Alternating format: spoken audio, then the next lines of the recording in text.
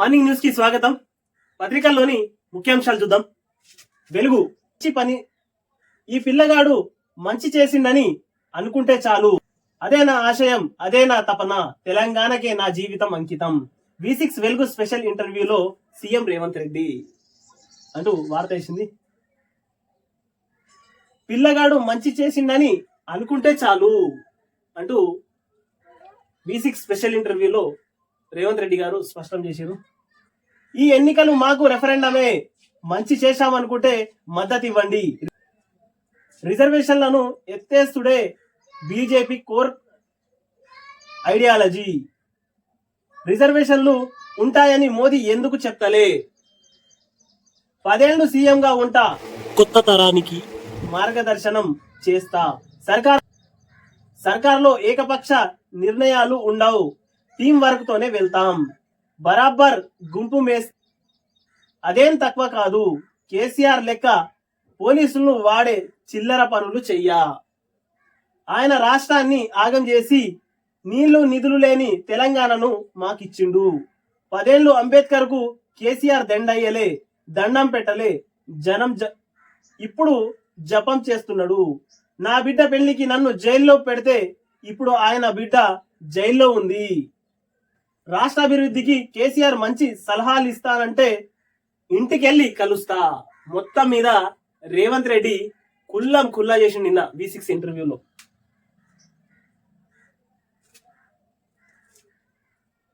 అక్కడ బీజేపీకి గాని ఇక్కడ కాకకు గాని మంచిగానే పెట్టిండని అనుకోవచ్చు. చాలా సింపుల్ గా శృతిమెత్తగా నిన్న V6 ఇంటర్వ్యూలో చాలా స్పష్టంగా రేవంత్ రెడ్డి గారు వెల్లడించారు. ప్రొఫెసర్ జయశంకర్ తెలంగాణ జాతిపిత. V6 తెలంగాణ జాతిపిత ప్రకటించే అవకాశం ఉందా? ఒకవేళ ఉంటే మీ మనసుల్లో ఎవరున్నారు? సీఎం రేవంత్ రెడ్డి ప్రొఫెసర్ జయశంకర్ సారే తెలంగాణ జాతిపిత. ఈ విషయాన్ని ఇప్పుడు కాదు, ఇదివరకే స్పష్టం చేసిన జయశంకర్ సార్ తెలంగాణ సిద్ధాంతకర్త. కేసీఆర్ అనే వ్యక్తి ఆనాడు టిఆర్ఎస్, ఈనాడు బీఆర్ఎస్ అధ్యక్షుడు మాత్రమే.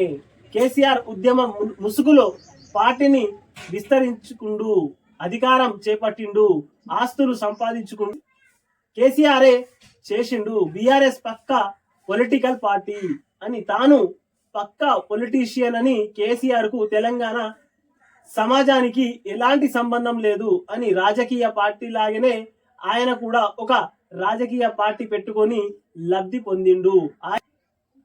ఆయన చేసిన పనికి వచ్చిన కూలి కేసీఆర్ ఒకడు 100 తరాలకు సరిపోయే గిట్టుబాటు చేసిండు. తెలంగాణ జాతిపిత ప్రొఫెసర్ జయశంకరే, ఎవరికి అనుమానం అక్కర్లేదు అంటూ చాలా స్పష్టం చేసిండు. గతంలో కాకనే ఫస్ట్ టైం గెలిచినాక సెకండ్ టైం బీఆర్ఎస్ గా మారేటప్పుడు పక్కా మేము పొలిటికల్ పార్టీ, మాది ఉద్యమకారుల పార్టీ అయిపోయిందిగా, ఇప్పటి నుంచి మాది పొలిటికల్ పార్టీ అని కాక ప్రకటించుకున్నాడు. వాస్తవానికి ప్రొఫెసర్ జయశంకర్ సారే తెలంగాణ రాష్ట్రానికి జాతిపిత. 100కు 100% ప్రొఫెసర్ సారే తెలంగాణ రాష్ట్రానికి జాతిపిత.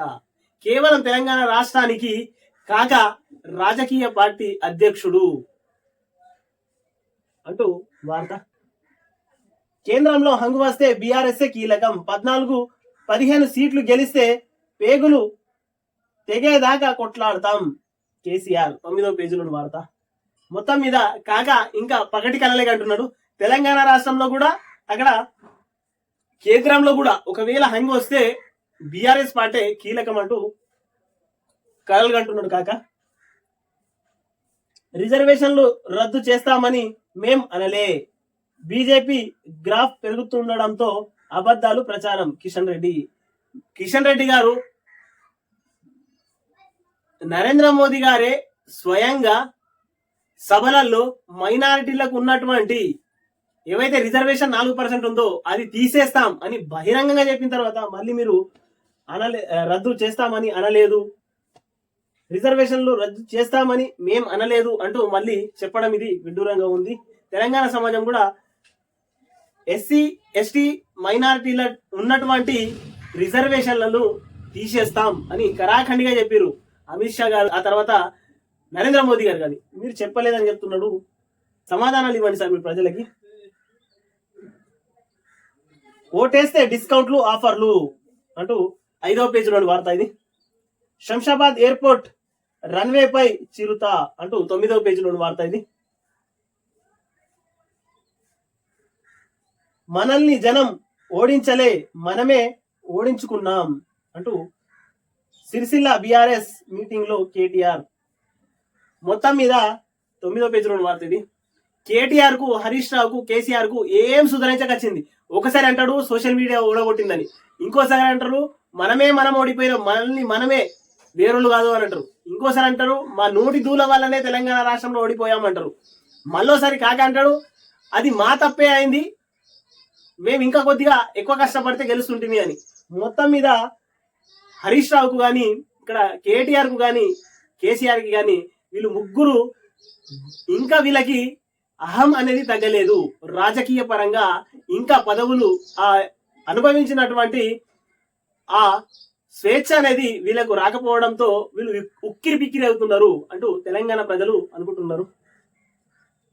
గ్రాడ్యుయేట్స్ ఎమ్మెల్సీ పార్టీల ఫోకస్, గ్రాడ్యుయేట్ ఎమ్మెల్సీలపై పార్టీల ఫోకస్ అంటూ 4వ పేజీలోని వార్త. 13 జిల్లాల్లో కోలాహలం అంటూ 4వ పేజీలోని వార్త ఇది.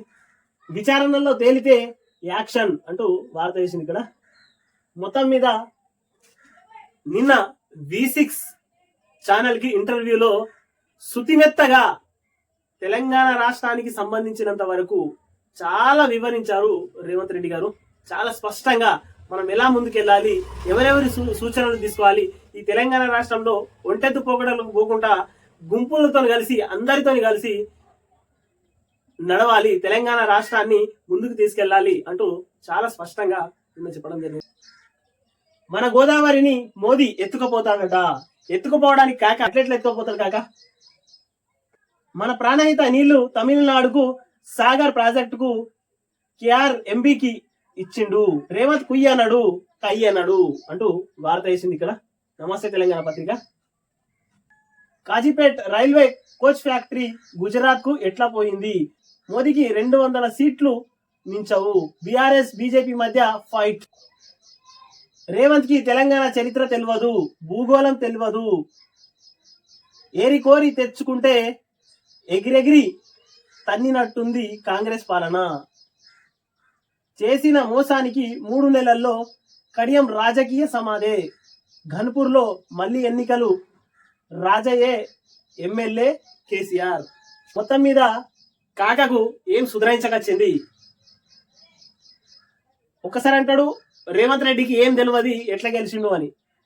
కాకకు అన్ని ఎరకయ్యే తెలంగాణ రాష్ట్రాన్ని 7 లక్షల అప్పుల కుప్పలకు మార్చిండు. తెలంగాణ రాష్ట్రాన్ని బంగారు తెలంగాణ చేస్తానని కాక ఇత్తడి తెలంగాణ కంటే ఘోరంగా చేసి పడేసిండు అంటూ తెలంగాణ ప్రజలు అనుకుంటున్నారు కాక. మొత్తం మీద ఏరి కోరి తెచ్చుకుంటే ఎగిరెగిరి తన్నినట్టు కాంగ్రెస్ పాలన. కాక పంచులకు డైలాగులకు ఏం మాత్రం తక్కువ ఉండదు. ఆ పంచులు కొట్టుట్లా కాక నెంబర్ 1, అబద్ధాలు ఆడుట్లా కాక నెంబర్ 1.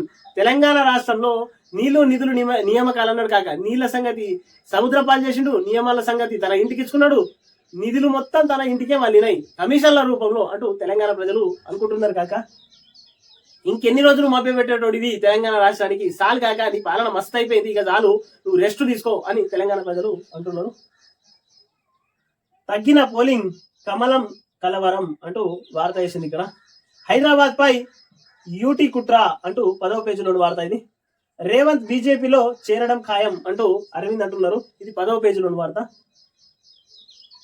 కార్ టాప్ గేర్ అంటూ వార్త వేసుకున్నది. కార్ టాప్ గేర్ కాదు సార్, కార్ రివర్స్ గేర్ అని తెలంగాణ ప్రజలు అంటున్నారు. ఆ పోలీస్ అభ్యర్థులు అన్ఫిట్ అంటూ 3వ పేజీలోని వార్త ఇది. మొత్తం మీద ఇవాళ కూడా నమస్తే తెలంగాణ పత్రికల్లో కాక గురించే మొత్తం డబ్బా కొట్టింది. సగం పేజీ మొత్తం కాకదే ఉన్నది.